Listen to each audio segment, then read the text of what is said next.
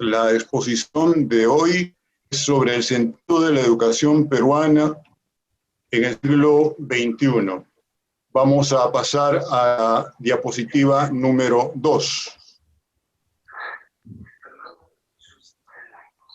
Por favor, la diapositiva número 2.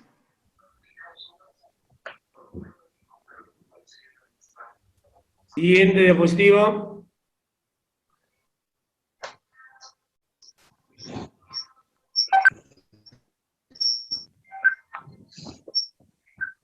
Tenemos como antecedente el marco curricular nacional. Este fue producto de un proceso relativamente largo de debate respecto de la conveniencia o necesidad de que hubiera un currículum nacional. El término marco no es adjetivo. Marco implica que es solamente la referencia, que eso no obliga a que todos los colegios, todos los docentes sigan el currículum a pie juntillas. Lo que son condiciones generales. Y la precisión que ha sido educada, entre comillas, es de la mayor relevancia. Dice el marco curricular nacional del año 2014, que en ese documento se pone énfasis en las competencias y capacidades necesarias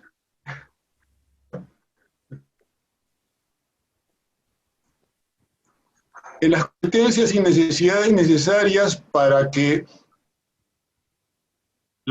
para que las personas y los ciudadanos sepan actuar, sepan interactuar, sepan moverse en los nuevos escenarios de la época y del país.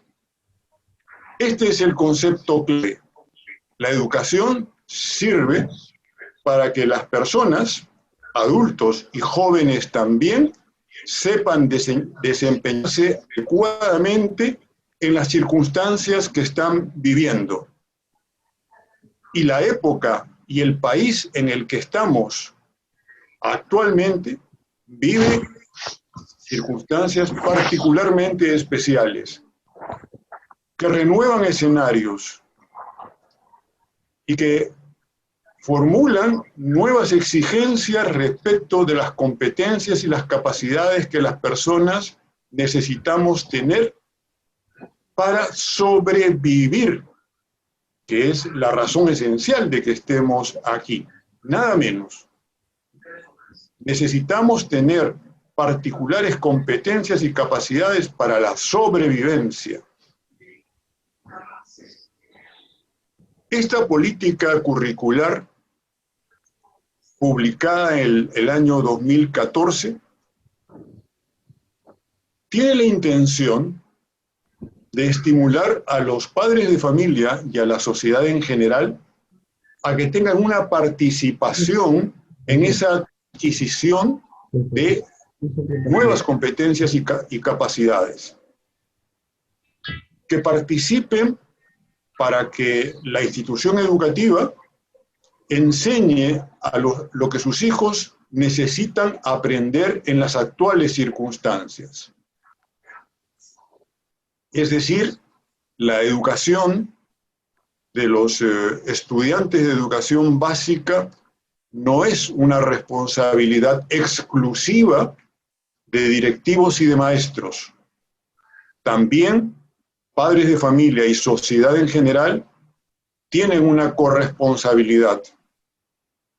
Y una de esas corresponsabilidades es señalar cuáles son las características primordiales que los nuevos escenarios plantean que requieren nuevos aprendizajes. Cada periodo, pero sobre todo un periodo de emergencia, demanda con urgencia nuevo tipo de aprendizajes, nuevas competencias. Esta es la diapositiva de introducción a la exposición. Veamos entonces cómo se caracterizan esos nuevos escenarios. Han sido señalados 5 ítems. Aquí se les menciona de manera genérica y luego hay un grado de desaceleración, perdón. Vamos a tratar de ver cada uno de los ítems en sus particularidades. El primero, vamos a hacer una lectura rápida, es aceleración de la revolución tecnológica. Estamos poniendo la tecnología en primer lugar. En segundo lugar, el cambio climático, que también se ha acelerado. Con una cuestión adicional, es cómo la comunidad internacional ha reaccionado de manera organizada para detener ese cambio climático que tiene importancia, impacto en la vida de la especie humana en términos generales. Luego, otro rasgo característico de los últimos tiempos. Se repite con frecuencia el concepto de globalización, que el mundo vive periodo intenso de globalización. Lo que ha sucedido efectivamente en los primeros años del siglo XX es que la globalización estaba en auge, estaba en pleno desarrollo, tenía una serie de expresiones. Y aproximadamente hace 3 o 4 años, este grado de desarrollo tendió hacia el estancamiento, incluso a la involución. Apreciemos ahora en qué situación se encuentra. Un rasgo característico y muy importante de los últimos años es lo que aquí denominamos multipolaridad del poder mundial. Multipolaridad en oposición a la unipolaridad. Durante un periodo relativamente largo ha habido un solo poder que mandaba en el globo entero. Este era Estados Unidos. ¿Cuál es la situación hoy? Vamos a verlo de una manera desagregada. Y finalmente, pero no menos importante, la pandemia global a la que todos tenemos que referirnos necesariamente si hablamos de situación actual, de siglo XXI y de nuevos escenarios. Vamos entonces de a pocos. Primero, sobre la revolución tecnológica. ¿Cuáles son sus características? Que la revolución tecnológica necesita para funcionar un nuevo tipo de materiales. Un ejemplo, el litio, que en territorio peruano se ha descubierto como filón particularmente grande e importante en las zonas más altas de Puno. ¿Por qué se le menciona? Porque el litio es fundamental para la elaboración de las baterías eléctricas que permiten la automoción eléctrica. Se calcula que hacia mediados del presente siglo todos los autos o el porcentaje súper mayoritario de autos se moverán por energía eléctrica. Este es un ejemplo, pero también se requiere de nuevas fuentes de energía, es decir, de su uso extensivo. Se viene utilizando la energía solar, pero esta energía será utilizada junto con otras de una manera más generalizada. Otra característica de la revolución tecnológica es lo que estamos viviendo justamente en estos momentos, la comunicación a distancia, gracias a las nuevas formas digitales. Esto no es una excepción. Esto se ha convertido repentinamente en la forma generalizada de trabajar y tiende a ser una constante. Esto es lo que va a dominar la nueva forma de trabajo. Junto con ello, lo que se viene, que son las nuevas formas de la comunicación. 5G es el término que caracteriza a esas nuevas formas y tiene que ver con velocidad. En fin, tenemos una lista que nos llevaría mucho tiempo ir caracterizando.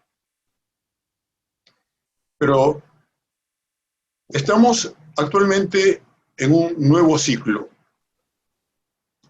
que está caracterizado por una serie de tecnologías emergentes que va a dar lugar a que los cambios tecnológicos que se han producido antes parezcan cosa del pasado respecto de lo que se viene. La inteligencia artificial, que de algún modo ya la vemos nosotros funcionar en los teléfonos móviles, en los celulares. La robótica, que está dando lugar al desplazamiento de los trabajadores en las cadenas de producción donde las tareas son sencillas. Los sistemas autónomos que ya no requieren, se programan y no demandan de ninguna otra participación de las personas. El concepto en inglés llamado blockchains, que hace mención, por ejemplo, a los bitcoins, que suena misterioso. Y suena misterioso porque no tiene evidencias físicas, evidencias materiales. Blockchain, la confianza.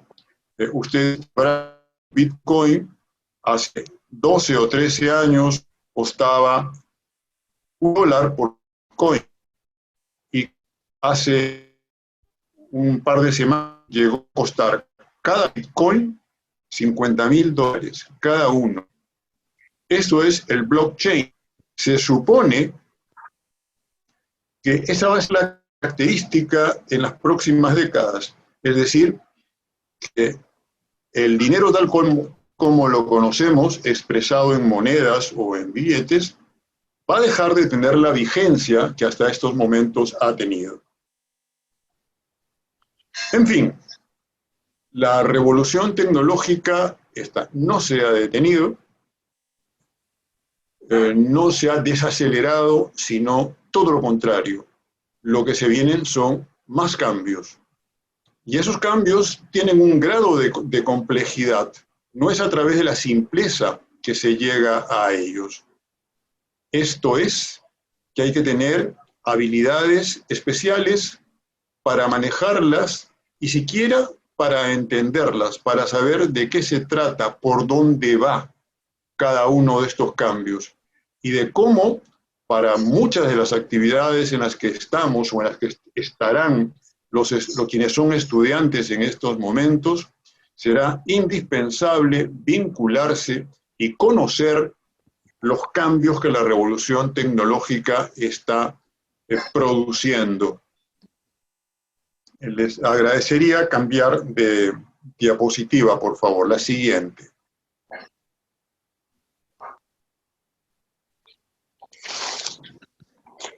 ¿Cuál es el vínculo que tienen nuestros estudiantes de la educación básica con las nuevas tecnologías, particularmente con la digital? Sabemos que desde edades muy tempranas los estudiantes tienen un manejo de los celulares desde sus intereses, pero tienen un uso fluido, un uso experto. Sabemos también que en general los gobiernos del mundo, frente al reconocimiento de la extensión de la presencia de los celulares, ofrecen como políticas ampliar la cobertura de Internet hasta los lugares más remotos del territorio. Esas ofertas las hemos escuchado de parte de las autoridades políticas en los últimos años múltiples veces.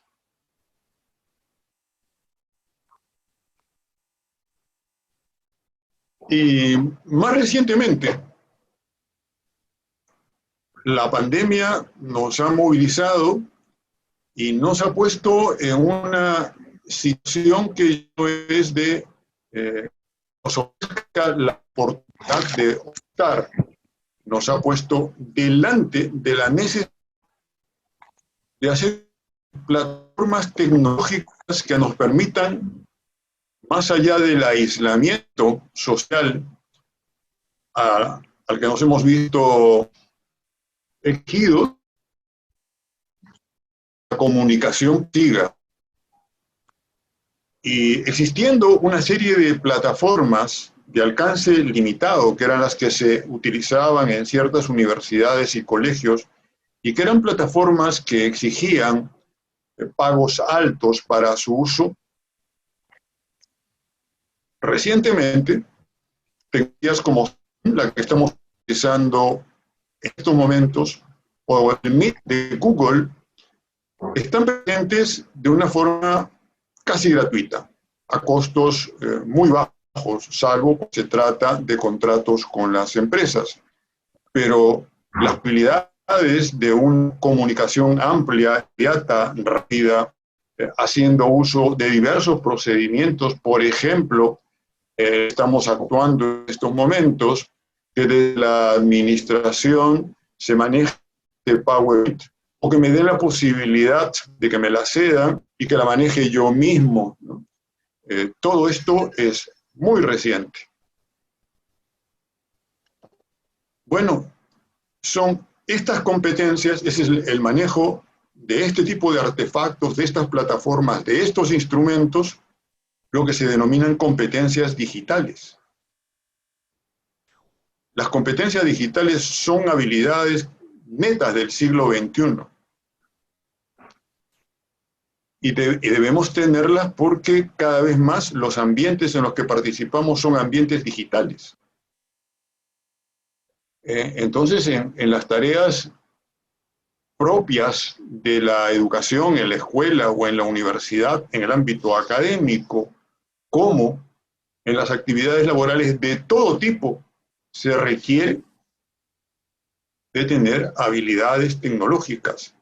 Hay países como China, donde todo el intercambio financiero, inclusive la venta y la compra con vendedores callejeros, ya no requiere de la utilización de monedas, es simplemente con el QR se paga mostrando la identificación en el teléfono celular. Eso es una habilidad, y es una habilidad masiva a la que seguramente nosotros llegaremos también en un plazo breve. Ahora solicito el acceso a la siguiente diapositiva.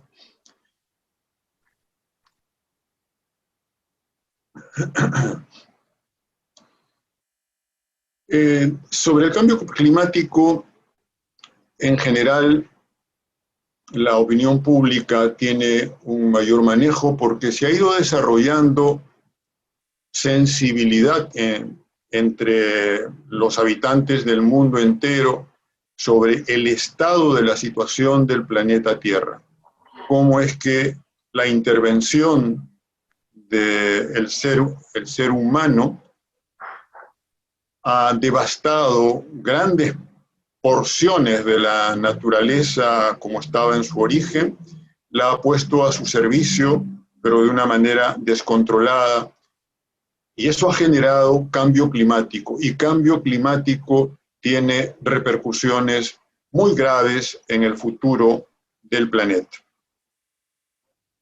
Y hemos sido también protagonistas y testigos de cómo la expansión del virus y el consiguiente confinamiento de sectores muy vastos de la población dio lugar a modificaciones en el comportamiento cotidiano de la población. Es decir, que ya no hubiera los desplazamientos masivos, cotidianos, de estudiantes, de trabajadores, de maestros, en fin, todos los que tienen que trabajar, y son muchos, sobre todo en las grandes ciudades, necesita transportarse.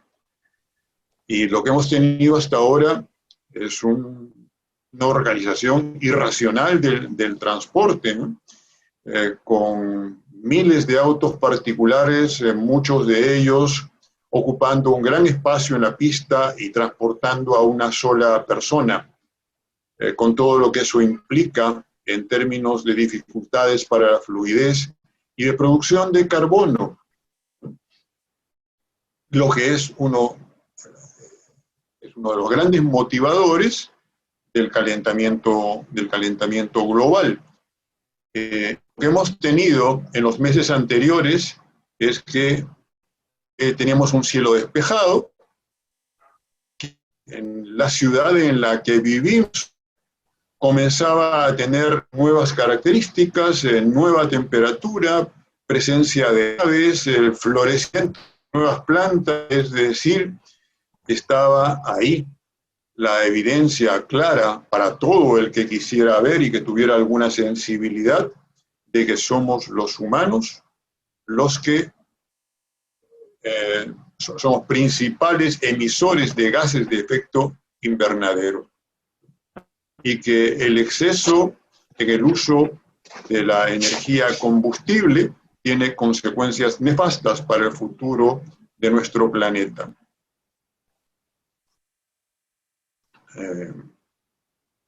Esto que ha sido evidente para todos nosotros, con alguna anticipación ha sido notable para los científicos que llamaron la atención sobre los resultados cada vez más graves, cada año que pasaba, con consecuencias más negativas para el planeta y para la población.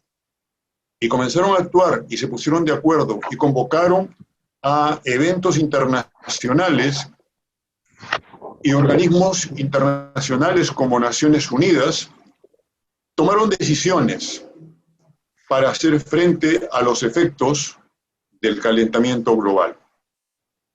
Los veremos retratados en la siguiente diapositiva, por favor.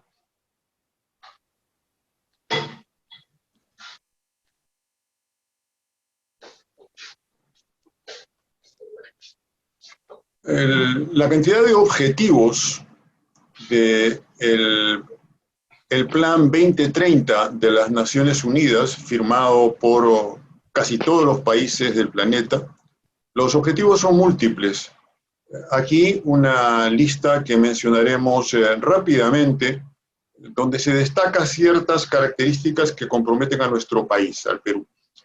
Poner fin al hambre. Este es un país donde el hambre todavía tiene presencia en sectores relativamente vastos de la población. Y se pone fin al hambre mediante planes de seguridad alimentaria, es decir, otorgándole primera prioridad de esa actividad productiva.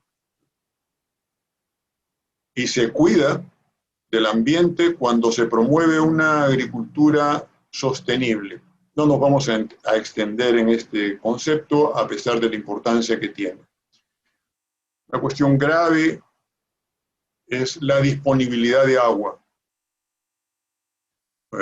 Un país como el Perú, donde la población se concentra en zonas que son especie de oasis en medio de desiertos, Lima es el caso, la amenaza de que en las próximas décadas se queden sin agua las grandes ciudades, está vigente.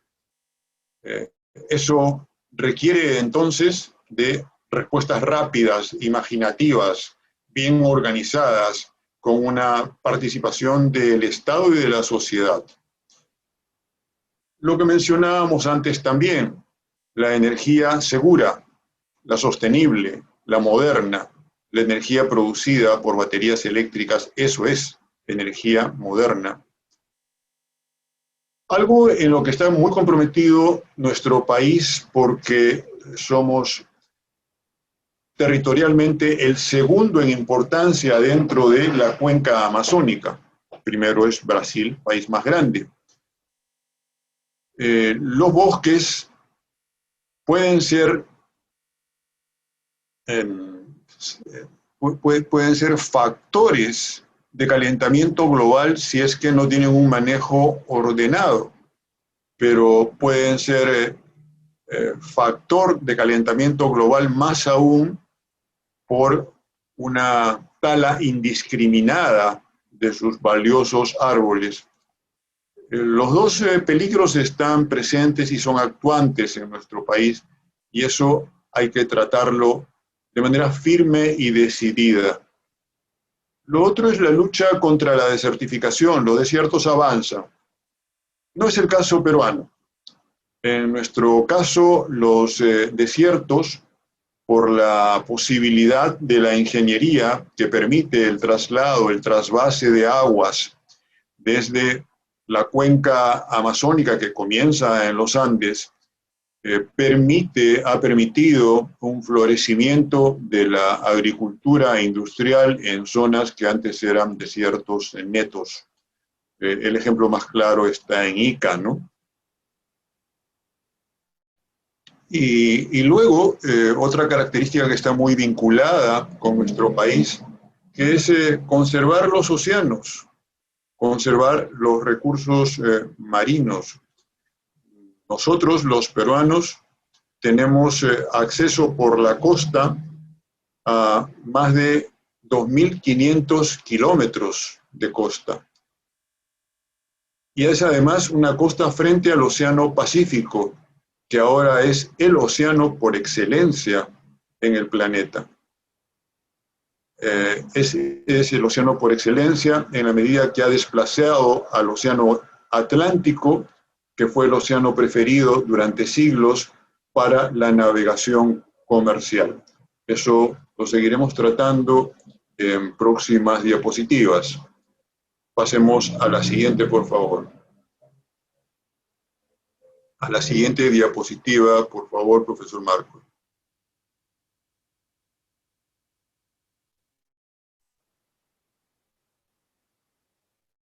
¿Cuál es la característica de la globalización presente? Una breve introducción a la temática. Están en globalización aquellos países, aquellas sociedades que se han abierto hacia el mundo, primordialmente en términos de posibilidad un comercial y económico. Esto implica el desvanecimiento de las fronteras a efectos de que ingrese dinero, de que ingresen personas. En un sentido contrario a lo característico del siglo pasado, donde las fronteras implicaban cierre, mercados protegidos. Ahora los mercados están liberalizados, de modo que los productores locales saben que tienen que competir con productos que pueden llegar de los lugares más remotos del planeta. Eso es la globalización. Esta globalización fue promovida por Estados Unidos, como aquí se señala, desde los años 70. Y esa promoción del primer poder mundial no fue solamente la sugerencia, fue la imposición. A los países relativamente dependientes les impusieron que incorporaran a sus mercados a la globalización. ¿Por qué razón ese interés norteamericano? Porque no solamente eran el poder militar y político, sino el poder productivo, porque la capacidad industrial de Estados Unidos necesitaba sobrepasar el mercado norteamericano y trasladarse hacia los países donde había mayor producción económica, mayores ingresos y por lo tanto una cantidad mayor de compradores.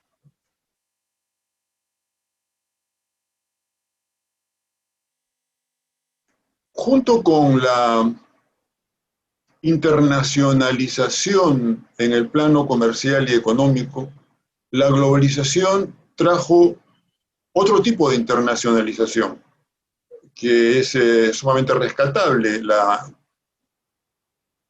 el movimiento de las ideas, por ejemplo. Algunos de nosotros hemos sido estudiantes universitarios 50 años atrás y por lo tanto podemos dar testimonio de la dificultad que había en las bibliotecas más avanzadas de nuestro país para conseguir material académico que hubiera sido editado en los últimos 5 años, ¿no? El Perú, un país al borde del mundo, no tenía la posibilidad de que llegara material académico, sino con mucho retraso. La realidad es que la globalización y también la revolución tecnológica posibilita que lo que se edita en los lugares de mayor desarrollo cultural del mundo sea conocido sin dificultades de tiempo, en el acto, en el momento, y que se abran esas posibilidades de acceso a los materiales académicos con límites, pero con la suficiente apertura como para que sean accesibles. Estamos hablando de información académica, pero también de cultura, ¿no? Sabemos cómo es que han avanzado en los últimos años las plataformas del streaming que nos ponen series, películas, documentales, etcétera, que nos permiten acceder a la cultura acumulada a lo largo de los últimos años en el mundo. Es la siguiente diapositiva, por favor, la posterior a la globalización en la presente etapa.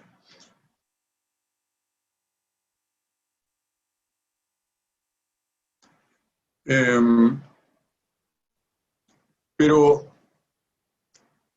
esta globalización, que prácticamente no tuvo ninguna cortapisa, ninguna oposición seria durante largas décadas, se vio suspendida, detenida repentinamente hace 4 años, cuando todas las iniciativas a punto de coronar, de conformar grandes alianzas comerciales de los países más potentes de la Tierra alrededor del mundo, fue dejada de lado por el gobierno norteamericano, finalmente y sin previo aviso. ¿Qué cosa era lo que motivaba?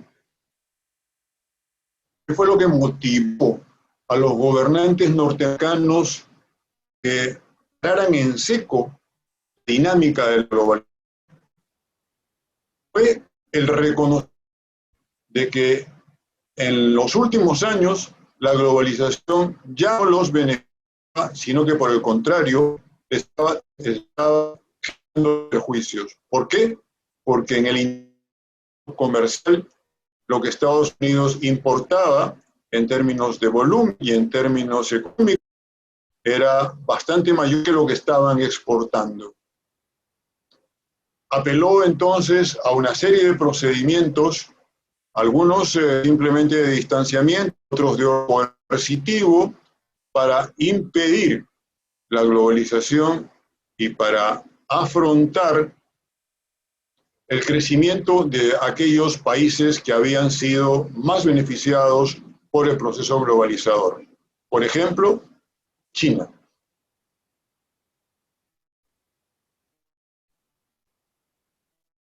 Globalización entonces en el plano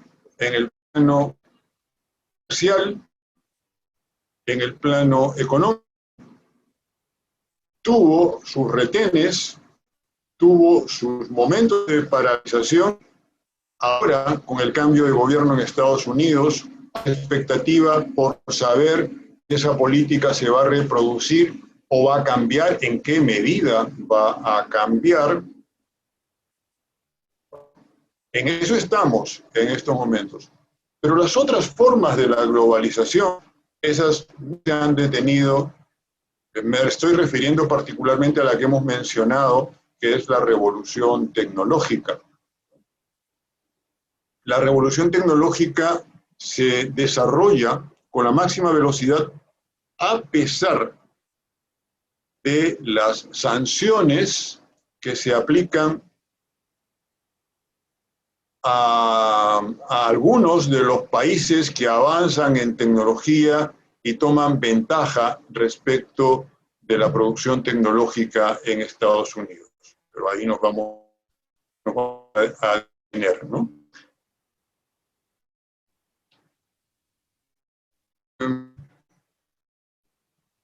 Hay otro tipo de efecto de globalización y ha sido con el que las personas se han desplazado por el mundo. El abaratamiento de los costos de los pasajes, el turismo intensivo, el traslado de personas, de migrantes, pero también de gente que busca trabajo en ámbitos que son más rentables, en fin, el deseo netamente humano de abrirse hacia nuevas dimensiones, hacia nuevos horizontes, de vivir experiencias distintas en otros lugares del mundo. Eso también se ha detenido repentinamente, ¿no? Prácticamente los aeropuertos y los aviones quedaron congelados durante largos meses a partir de marzo del año pasado, hace exactamente un año. Y veamos entonces cómo es que esto está señalado en la siguiente diapositiva, profesor Marco.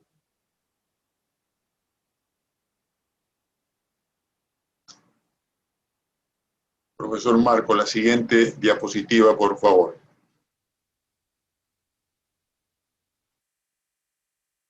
Hablemos sobre el poder mundial.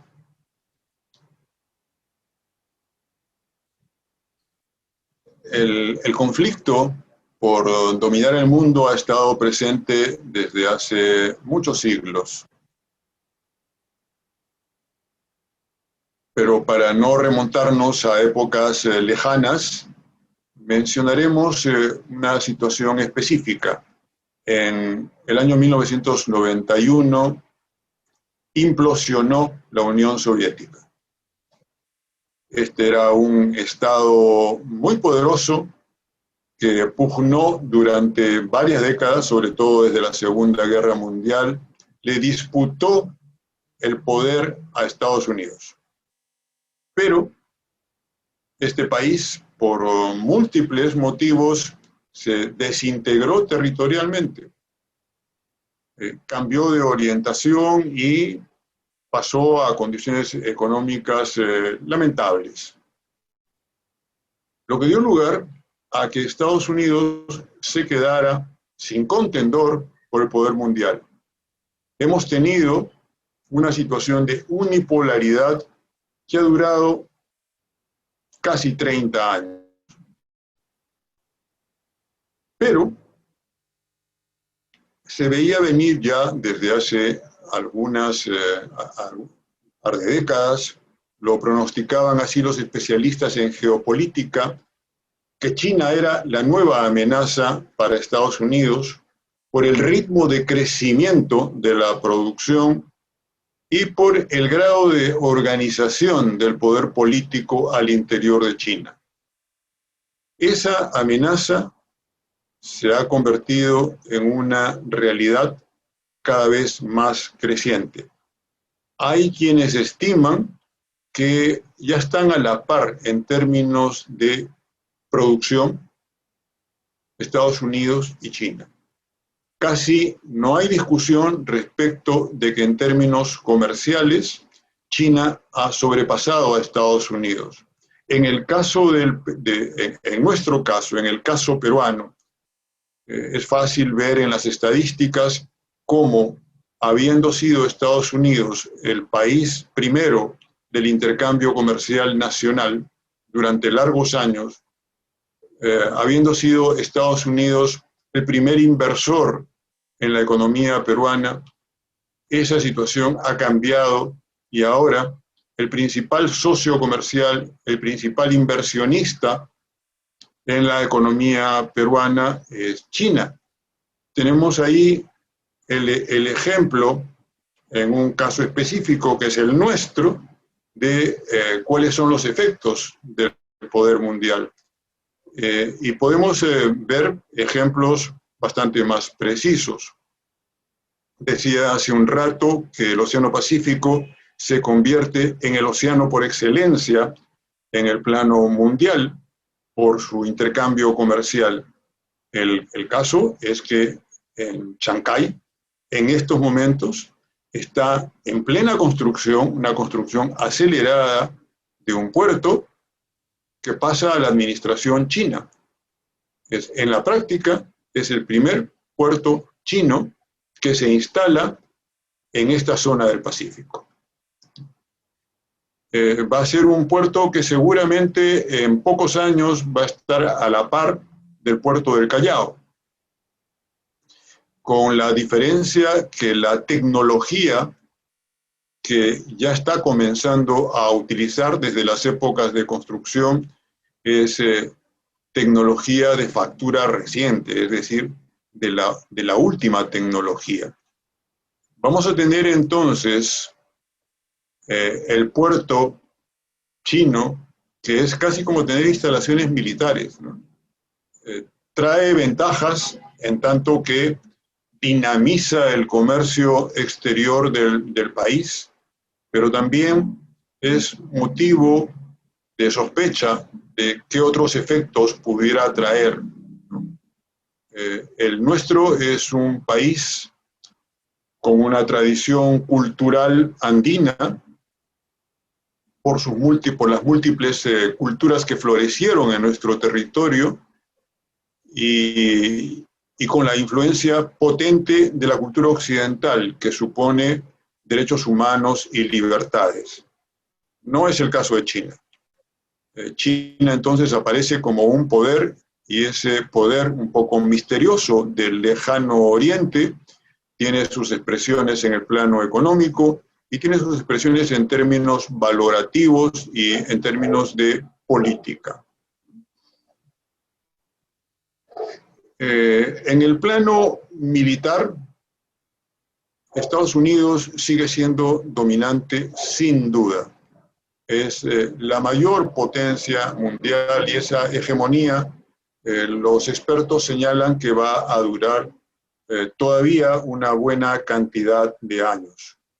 Donde se produce la pugna más intensa es en el campo tecnológico.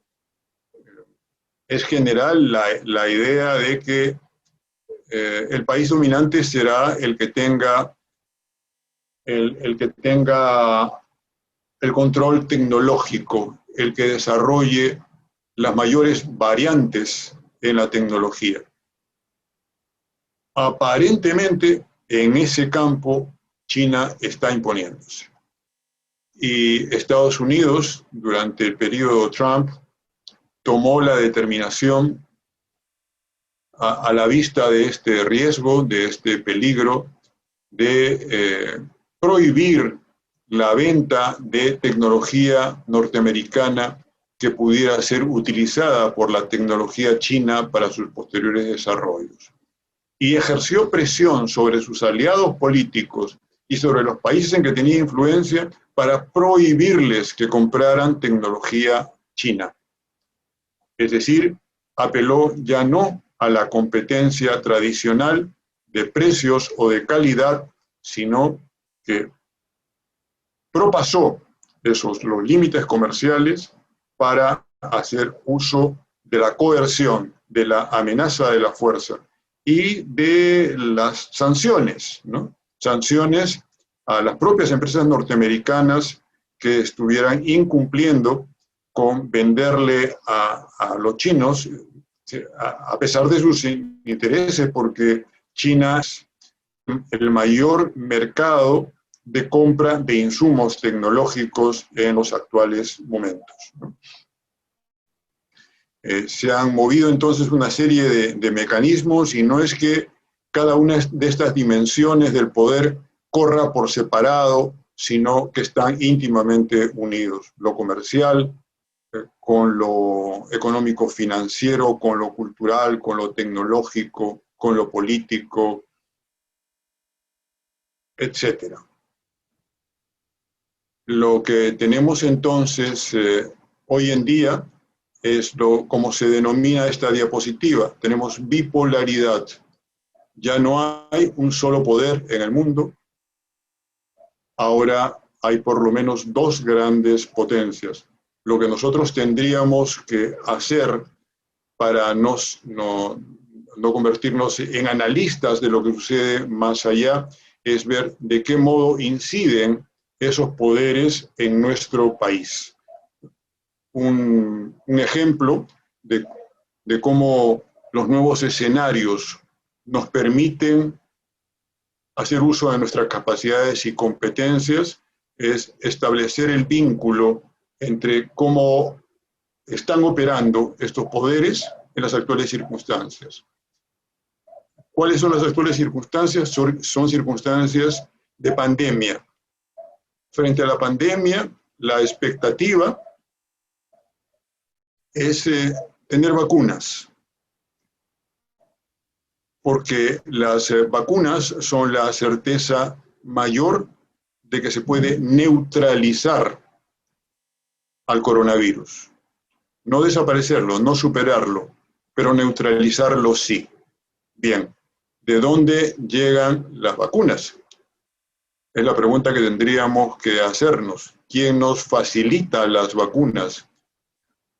¿Quién monopoliza las vacunas y no permite que lleguen hacia los países con mayor debilidad económica? ¿No? No vamos a dar la respuesta en esta exposición. Cada uno de nosotros tendrá que responder. Entonces, frente a la bipolaridad, ¿no? Cómo actuar, hacia dónde inclinarse, o cómo abstenernos de inclinarnos para optar por formas de crear poder también.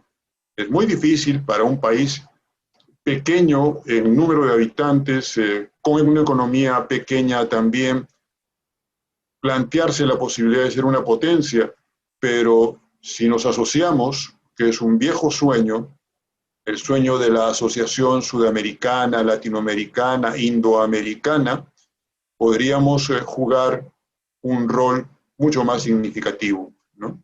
La conveniencia de la integración y de las alianzas continentales es una opción para mediar y no estar a expensas de lo que las grandes potencias decidan.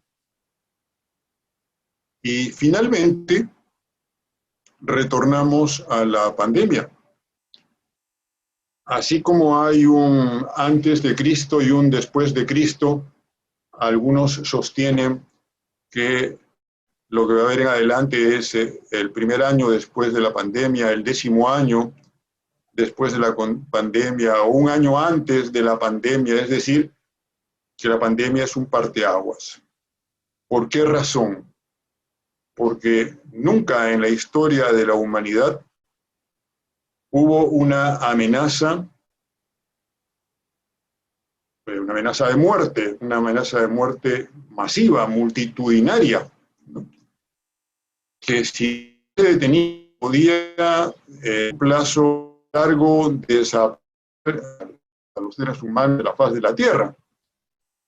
Y no es una amenaza, no es una exageración, son miles de especies animales las que han desaparecido en los últimos años, algunas por efectos de la naturaleza y muchas otras por intervención de la especie humana que ha ayudado a eliminarlas.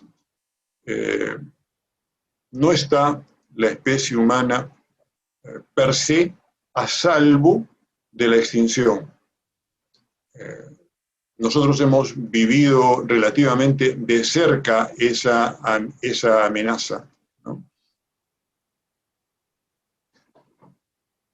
Y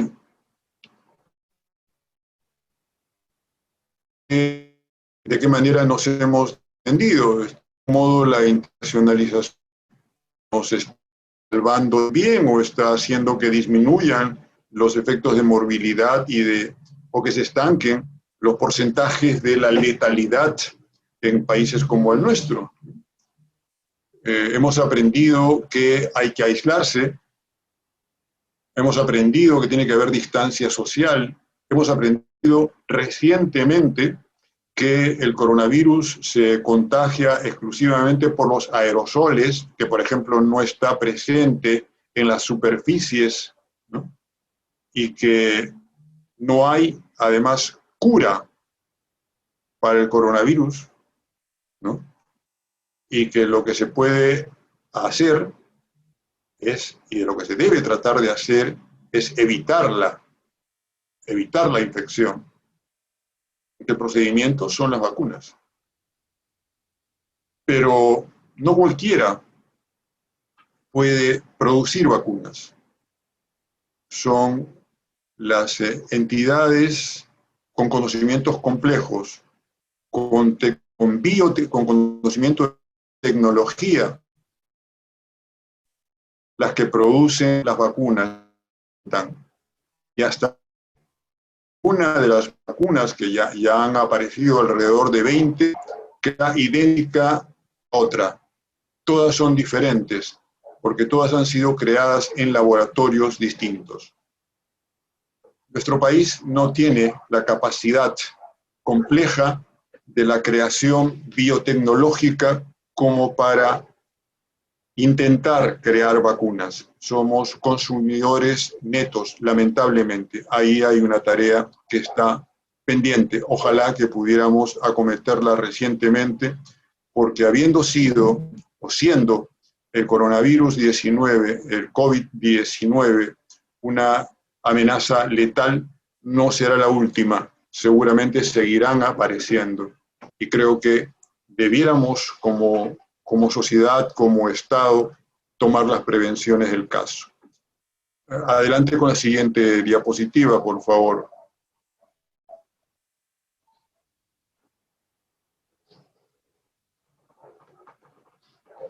¿Cómo los peruanos afrontamos la pandemia? En las actuales circunstancias, en el Perú y en el mundo,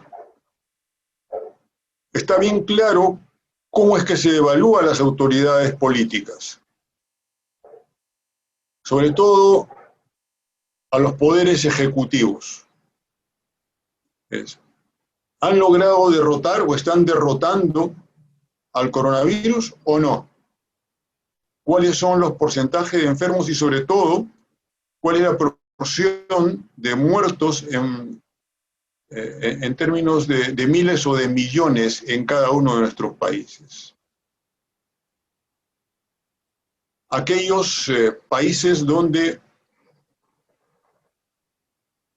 la prevención, la organización, la priorización del ataque a la pandemia no ha sido relevante, la población le inclina el dedo, le baja el dedo a las autoridades políticas y los hace pagar a través de las elecciones, como hemos visto en el caso de Estados Unidos. Pero hay otras formas complementarias de evaluar también las autoridades, y es apreciar en qué medida los servicios públicos que están a cargo del Estado han seguido atendiendo y con qué calidad. ¿Cuáles servicios públicos son aquellos que son observados y mirados con mayor atención? Los servicios de salud, sin duda, pero también el servicio educativo. Lo que nosotros podemos apreciar en ambos casos es que esos servicios están funcionando, con éxitos y con fracasos. En el caso de los servicios de salud, con sacrificio de la vida por parte de sus actores, médicos, enfermeras, técnicos, administrativos. Y creo que esta es la oportunidad para que la población evalúe por qué razón estos servicios públicos funcionan eficiente o defectuosamente. No nos vamos a ocupar en estos momentos de cómo funciona el sistema de salud, porque nuestro tema en particular ahora es la educación. ¿Cómo ha reaccionado el sistema educativo frente a la pandemia para seguir prestando servicio a los estudiantes? para que los aprendizajes continúen. Las posibilidades de que los servicios públicos funcionen depende en gran medida de cómo los estados distribuyen la riqueza, sus riquezas, sus acumulados, cómo las distribuyen en los distintos sectores. Y en circunstancias como estas es cuando se hace más evidente que el orientar los gastos del Estado hacia actividades que no son las prioritarias para los derechos fundamentales, para los derechos básicos de la población, tiene consecuencias graves en circunstancias singulares como la que estamos viviendo.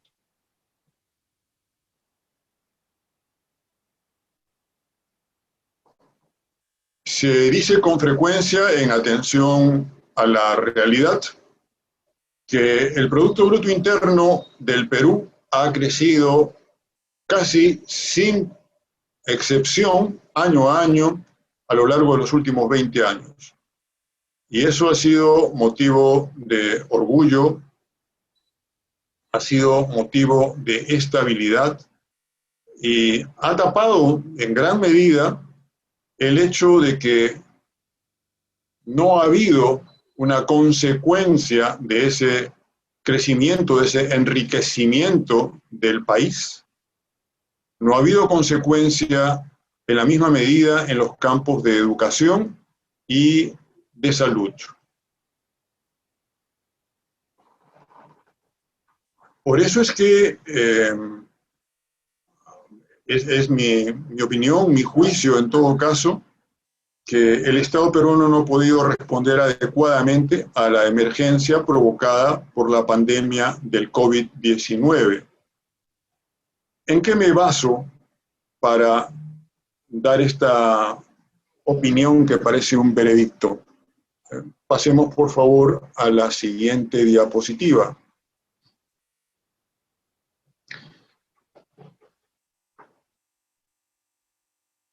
El Estado, el Poder Ejecutivo, el año pasado, justo cuando se iba a iniciar el año escolar, fue tomado de sorpresa por las medidas de aislamiento, porque la pandemia se venía con mucha fuerza. Y lo que optó fue darle primacía a la continuidad del servicio. Pero esa continuidad no podía ser presencial. La forma que quedaba era la teleeducación. La teleeducación es una experiencia con décadas de existencia en el Perú, pero sin ningún desarrollo fundamental, significativo, sin grandes avances, lo que se ha hecho evidente en esta oportunidad.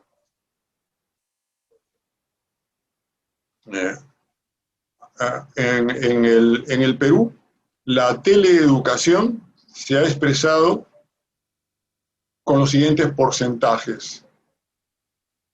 La televisión, con un porcentaje de 79%, es el medio que más se ha utilizado para la educación a distancia.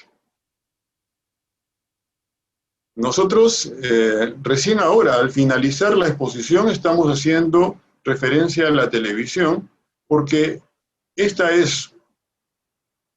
la televisión, los sistemas de televisión, son tecnología de mediados del siglo pasado.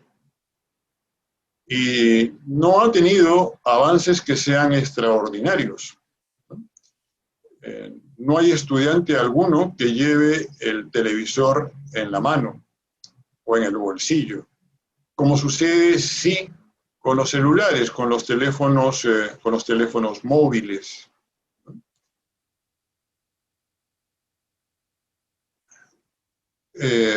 ¿Por qué pues entonces el Ministerio de Educación ha tenido que actuar a través de este medio tecnológico que es tan antiguo, que no es el más adecuado? Porque sucede que nuestro país es un país de desigualdades. aparentemente enriquecido en las últimas décadas, o realmente enriquecido en las últimas décadas, pero enriquecido solamente en algunos sectores. Es decir, los niños de los ámbitos urbanos de las grandes ciudades tienen todos ellos acceso a los teléfonos celulares, pero no sucede eso en los pueblos más pequeños o en las zonas rurales. Entonces no podía generalizarse la educación a través de los celulares, a través de las tablets o a través de las PCs, porque si hubiera sido así, se hubiera discriminado a porcentajes muy amplios de la población. Pero el uso de la televisión va en un solo sentido. No existe la posibilidad de la interacción. Y por su grado de centralización, por la necesidad de contar con escenarios, con cámaras, son solamente determinadas entidades las que producen los contenidos y le dan forma a la continuidad del currículum. Cuando está de por medio de la televisión, el rol de la institución educativa, de los directores, de los maestros, es nada más un rol de acompañamiento, más o menos parecido al que el padre de familia tiene o debiera tener con su hijo en casa. Esto es revolución tecnológica, pandemia, crecimiento económico, pero un servicio educativo que no se pone a la altura de las circunstancias.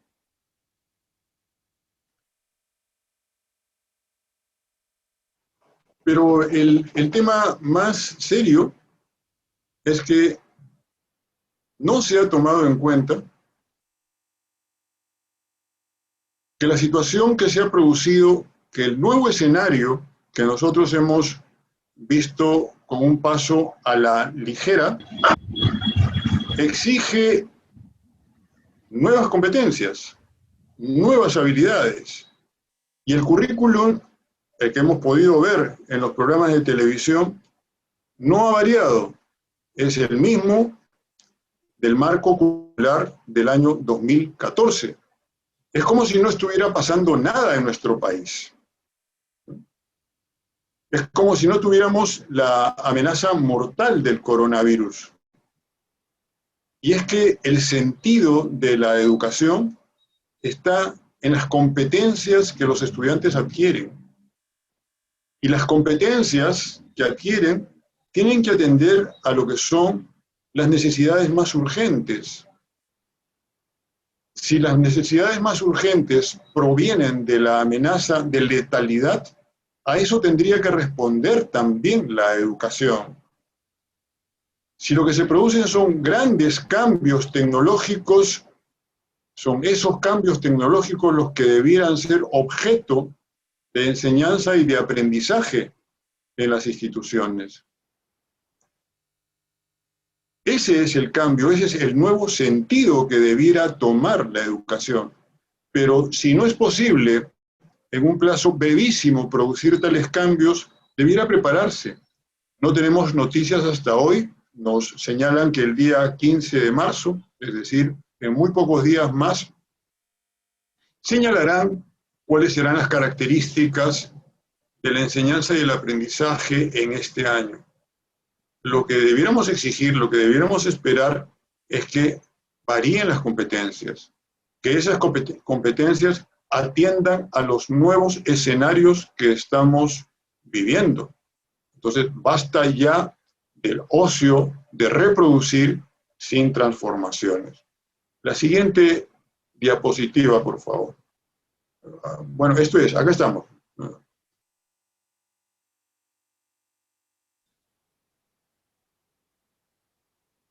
Para que sea factible que la población peruana cuente con los servicios de Internet, tienen que darse una serie de medidas que implican orientar parte del presupuesto público, gran parte del presupuesto público, hacia la facilitación de los estudiantes, de los maestros y las instituciones educativas a los medios adecuados, ¿no? Y se ha ido probando en distintos países el declarar al Internet un bien público o un servicio esencial. Declararlo bien público o servicio esencial, sus precios son rebajados, ¿no? Son precios más accesibles. ¿Por qué razón? Porque Internet en estas circunstancias es un derecho humano y es también una condición esencial para ejercitar la libertad de expresión. Necesitamos que toda la población peruana llegue de manera domiciliaria a contar con servicios de Internet. Pero para que esos servicios de Internet estén vinculados con aprendizajes relevantes, competencias, es indispensable también que los docentes pasemos por procesos de aprendizaje acelerados que nos permitan tener un uso productivo de estos materiales. Y eso no es una acción espontánea, no es que cada persona tiene que hacer sus aprendizajes individuales para descubrir cuáles son las plataformas, cuáles las aplicaciones, cuáles los temas, cuáles las páginas que ofrecen la mayor variedad de elementos que podemos poner al servicio de los aprendizajes de los estudiantes. Existe una multiplicidad extraordinaria, pero también debemos aprender las habilidades para hacer la selección y ofrecer una selección de contenidos temáticos. Si encontramos, si descubrimos que hay vídeos que están vinculados con el tratamiento de determinados temas curriculares, dada la nueva cultura de los estudiantes, no basta con decirle mira y analiza o mira y comenta tal programa de video. Ahora lo que corresponde es editar ese video y darlo en los minutos que son más relevantes y hacer un encadenamiento de ese tipo. O cuando encontramos un artículo, una noticia importante, igualmente dar las particularidades, no las generalidades. Todo eso lleva un tiempo, exige una capacitación de los maestros, capacitación para enseñar, pero también capacitación para que hagan sus propios aprendizajes y para que se pongan a tono con las competencias que los nuevos escenarios demandan. Además, se trata, este es el planteamiento, de que tanto los estudiantes como los docentes y también las escuelas públicas estén suficientemente dotadas de PCs, de tablets, con la conectividad indispensable, es decir, que haya banda ancha, ¿no? Para que no suceda que se pierde Internet, pero la conectividad es tan deficiente que se pierde tiempo y genera molestias el no tener acceso a la información. Supone entonces banda ancha, y eso es cada vez más posible una vez que aparece el 5G con la velocidad que sabemos que le caracteriza, ¿no? Y que luego las tarifas de conectividad sean diferenciadas.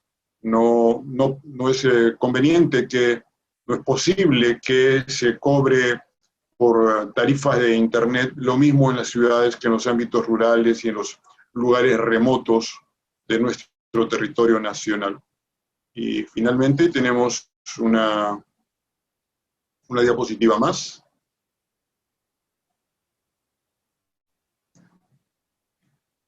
Bueno, esta es una mirada veloz, apurada, de una temática tan vasta como de una mirada tan vasta como es el nuevo escenario, como son las características del siglo XXI y cómo es que desde la educación pudiéramos y debiéramos responder a estas exigencias. Se necesitaría mucho tiempo. Hagamos uso entonces, cuando menos de los próximos minutos, para escucharles, colegas directores, para escuchar sus intervenciones y si quieren plantearlas como preguntas, bienvenidas sean.